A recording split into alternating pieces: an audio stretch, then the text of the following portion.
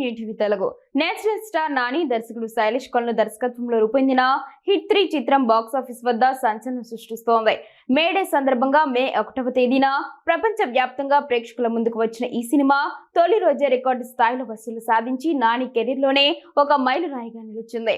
విడుదలైన తొలి హట్ నుంచే పాజిటివ్ టాక్ ను సొంతం చేసుకుంది. కొన్ని వర్గాల నుంచి హింసాత్మక సన్నివేశాలు అధికంగా ఉన్నాయనే అభిప్రాయం వ్యక్తమైనప్పటికీ అది సినిమా కలెక్షన్లపై ఎటువంటి ప్రతికూల ప్రభావం చూపలేదు.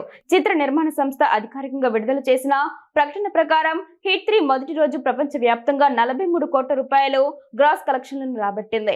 ఈ మేరకు చిత్ర బృందం ఒక అధికారిక పోస్టర్ ను కూడా విడుదల చేసింది. వారంతా ముగిసే నాటికి సినిమా 100 కోట్ల క్లబ్ లో చేరడం ఖాయమని ట్రేడ్ వర్గాలు అంచనా వేస్తున్నారు.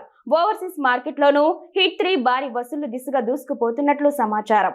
మొత్తంగా హిట్ 3 బాక్స్ ఆఫీస్ వద్ద ఘనమైన విజయాన్ని అందుకొని లాంగ్ రన్ లో మరిన్ని రికార్డులు సృష్టించే దిశగా పయనిస్తోంది.